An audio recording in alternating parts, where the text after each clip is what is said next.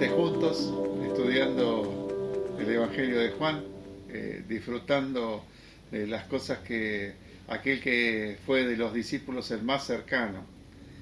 Y en los últimos capítulos, antes de ir a la cruz, estamos viendo lo que llamamos el testamento de Jesús. Hermano, ¿estás seguro de que vamos al cielo? Gloria a Dios, es lo más hermoso que tenemos. Estar seguro de que el Señor está siempre con nosotros, que su Espíritu Santo está con nosotros siempre, eso es otro punto del testamento.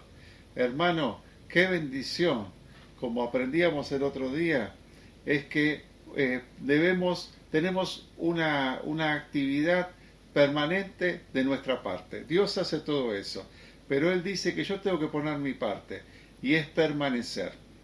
Y el otro día estábamos aprendiendo y veíamos el ejemplo de la parra, los pámpanos, lo que sería anterior a la uva, si no está agarrada no va a producir fruto.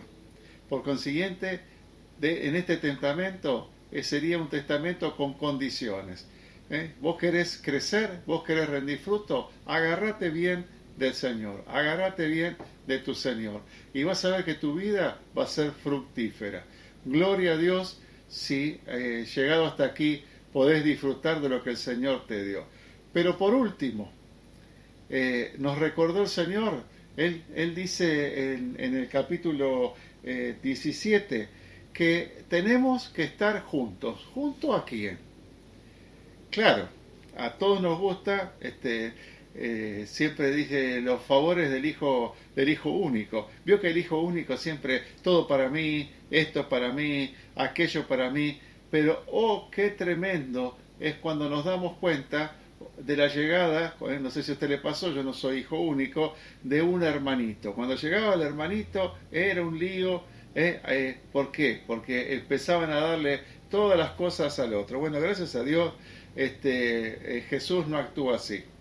Él nos da a todos por igual. Aunque algunos me dicen, ¿por qué a él y a mí no? Bueno, yo le quiero decir que a todos el Señor bendice y todos tienen un propósito. Pero nuevamente le digo, ¿usted recuerda que tiene hermanos? A veces la gente no se da cuenta de la importancia. ¿Sabe cómo nos llama Dios? Nos llama su familia. Y en pasajes nos dice que somos su ejército. Qué importante que en este tiempo actuemos como tal. Tengo varios años en el Evangelio, bastantes años, y tengo bastantes años.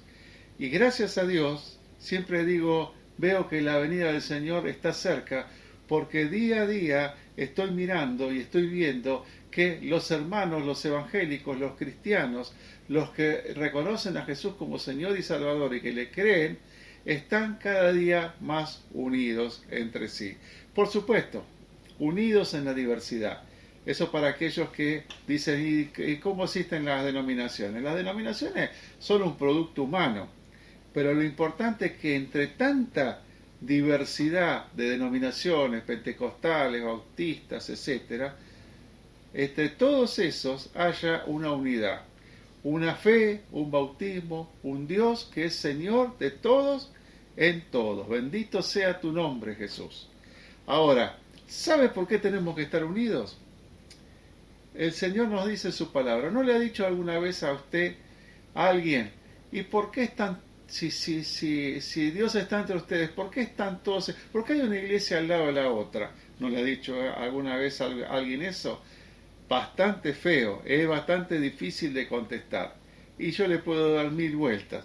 Pero la realidad es que después del siglo I empezaron las grandes divisiones. Empezaron las grandes cosas que Dios no quería. Dios quiere que estemos juntos. Y Dios nos puso para que hagamos su obra. Dice en el Evangelio de Juan, capítulo 17, al final dice, esto se los pido, chicos, como dijera, hijos, se los pido para que el mundo crea. El mundo cree si nos ve unidos. El mundo cree si nos ve tirando para el mismo lado. ¿Saben? Tenemos grandes privilegios. A tal punto, Rey hay uno solo. Ese es nuestro Señor Jesús. Y en el Apocalipsis dice que nos ha hecho a todos y por igual reyes y sacerdotes para Dios. He escuchado tantas cosas con esto, pero quiero explicarles un poquito, si me lo permiten, quiero explicarles qué quiere decir. Tu hermano y vos y yo estamos al servicio de nuestro Dios y tenemos un propósito en la tierra. Juntos tenemos que ser reyes. Reyes quiere decir, estamos hablando de función, porque rey hay uno solo. Estamos hablando de una función específica que tenían los reyes. La función es que somos conquistadores para sujetar, sojuzgar la tierra. Esa es tu función y es mi función. La palabra de Dios habla de buenos administradores y malos administradores. El buen administrador es aquel que cuando viene su Señor le entrega el producto de todo aquello que el Señor le pidió que hiciera. Qué triste si cuando llega el Señor nos encuentra haciendo cualquier cosa. ¿No le ha pasado con sus hijos que usted le encargó algo y no lo hicieron? Creo que hemos perdido demasiado tiempo peleándonos entre nosotros. La idea hoy, mi hermano, que viene del Espíritu Santo, no de este varón, la idea de hoy es que estemos juntos predicando el Evangelio como Él nos mira, como un ejército, como su ejército de paz, no un ejército que le pega a las personas, un ejército que comparte las buenas nuevas de Dios. Pero también dice sacerdotes. He escuchado tantas cosas. Mire, mi hermano, el sumo sacerdote es Cristo Jesús. Ese no se lo podemos quitar. Ese título no se lo podemos quitar. ¿Cuál era el sumo sacerdote? Aquel que se presentaba delante de Dios en el templo y hacía el sacrificio. Él es el Cordero, dice, y a la vez es el sumo sacerdote. Es decir, aquel que lleva su propia vida, porque es lo único que es digno, ante la presencia del Señor. ¿Y nosotros qué somos? Somos sacerdotes para Dios. ¿Qué función cumplimos, mis hermanos? No, usted, pastor, solamente usted. No, todos. ¿O acaso a usted no le han pedido, me hace un favor, ore por mí? ¿Nunca le dijeron eso a usted? ¿Ningún hermano le dijo, ore por mí? ¿Sabe lo que le están diciendo? ¿Por qué no estás delante de la presencia del Señor pidiendo por mi vida?